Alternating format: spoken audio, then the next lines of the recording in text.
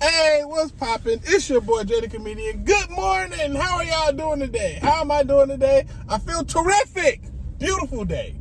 And yes, before we get started, this is an ExJw video, and you know what to do. Anytime you see an ExJw video, what do? I forgot. Oh, you leave a comment, you hit the like button to let the YouTube algorithm share it with as many people as possible. And if you're new to the channel, subscribe. Wow. Those are some amazing nipples you have. Now, okay, you may get another nipple compliment, but I know I'm your first nipple compliment of the day. I know it. Men, you may not ever get a nipple compliment. So either way it go, if you enjoy your random body part compliment, you can thank me by subscribing. Or if you're already subscribed, just say thanks, Jay, in the comments. Anyway, let's get to the video. So, the governing body behaves like a group of people who have something to hide. You know what I mean? Because this is the thing. The governing body calls their organization the Jehovah's Witnesses. And the governing body calls their information the truth, right? Have you ever heard some truthful information?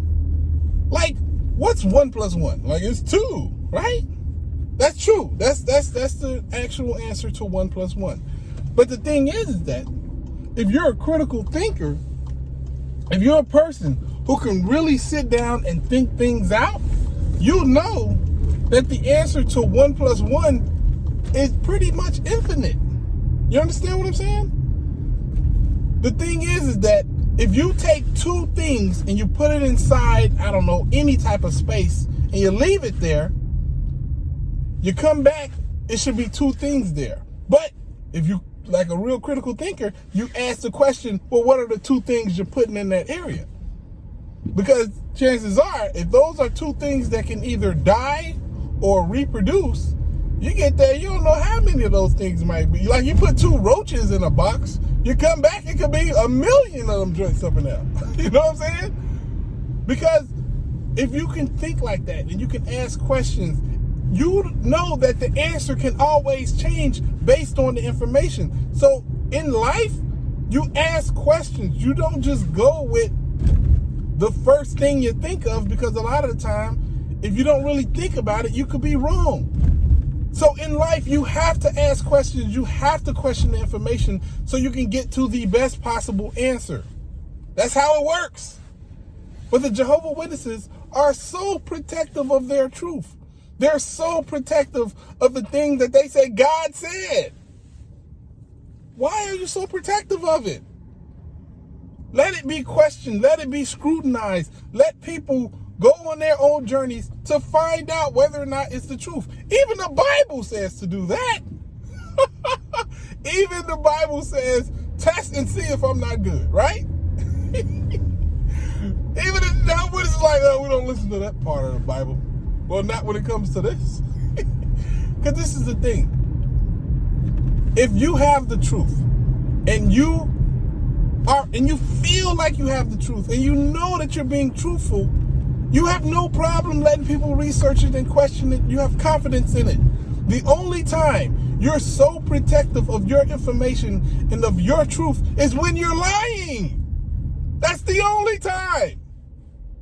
If you're dating somebody and you're like, hey, let me look at your cell phone. And they're like, no, get away, guys, back up.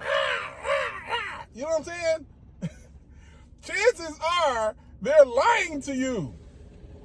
Because truthful people usually be like, oh, check the cell phone. You know what I'm saying? See what's going on in the NBA tonight. I want to see who's winning. Like, they don't care. It's nothing to hide, so I'm free. The only time you have to be really protective of what you've said or really protective of the information seen by another party is when you are lying to them. Because the truth will always be out there, and the truth really doesn't need to be protected that hard. Lies need to be protected.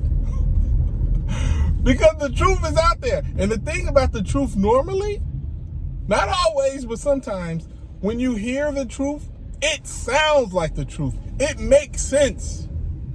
When you hear something that's kind of a lie, you feel it inside. You're like, something, I don't know about this. This seems a little weird in the beard. You know what I'm saying? I got it. So there's an idiot in front of me who's trying to turn on the street that you can't turn on. So I had to hit him with the hunks. Hit him with the hunks. He's probably going to shoot me because I am in Chicago. But anyway, guy's an idiot. That's the guy right here. He's an idiot, that guy. Anyway, people who protect their information are liars. They're lying to you. They're attempting to hide the truth from you. Because just think about it. You're like, okay, you have the truth, right? This organization is all about being honest, and Jehovah loves you and all that other stuff. Let's look up what's going on in these court cases. Let's look how Jehovah's governing body handling these court cases and these accusations. Let's see how things are being handled. And let's see if it feels like God would handle it that way. Let's look at this information they got as far as like, you know, letting somebody die on the operating room table, refusing a blood transfusion. Let's see how that feels when you tell other people that, when you talk to other people about that, you know? There's a very good reason they don't want you associating with people outside the organization. And they're like, oh, you know, it's to keep you clean, it's to keep you from questioning things. Because whenever you hang out with somebody who's like worldly, especially if it's a group of worldly people, and you bring up one of those crazy ass doctrines, yeah, we don't do birthday parties. Sorry. Somebody got their head chopped off once. You're like, what?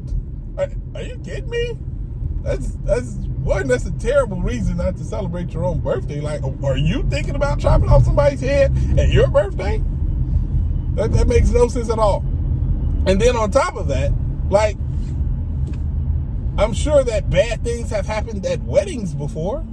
I'm sure like somebody got shot at a wedding, or somebody like slept with the bride under the bleachers or something like that. I'm sure bad things have happened. But you're still allowed to have weddings. I mean, are you kidding me? I heard in Egypt, they used to like, on somebody's wedding, they would sacrifice somebody else. Like, for our wedding gift, I want to sacrifice Paul. Paul's like, what the hell? Jim, why are you tripping for, bro? It's your gift to us for the wedding. Like, yo, I filled out the online thing. I shouldn't have to murder myself. But this is the point. Okay, I'm getting off the subject. Information is always gonna be there for the taking. And if it's good information, it will stand up to scrutiny. If it's not good information, it will either collapse, and it needs to collapse, or it will be adjusted accordingly. That's how things are supposed to work. If you get information, and this is the thing, they do it all the time. Whenever they put out something and they're like, oh, you know, we got some new light, you know, that means that the information that they once had needed to be updated and corrected, right? So if they're capable of making mistakes, and if they're capable of making adjustments and changes to things that they once felt and they once thought, then they do not get the right to ask people to go whatever they say unquestioned. You've proven that there's times where you're wrong. So you open yourself up to scrutiny. You open yourself up to be questioned. So if you're demanding people to be not to question the stuff you're putting out, you're not asking that because you're searching for the best reasons and the best answers, and you feel like you have the truth. You're doing that because you want control, and you want to control people. It's the only reason you would do that. If I'm like, don't ever question what I do, kids. You know what I'm saying? But my kid's like, yo, daddy, you keep missing my play, though. I told you the play was Thursday, and you came Friday, and you keep missing it. I gotta remind you, daddy. Be like, all right, God, you're right. Just remind me, okay? That's how it should work. It don't matter that you're older and you should know better. You should do better record keeping and stuff like that. It don't matter.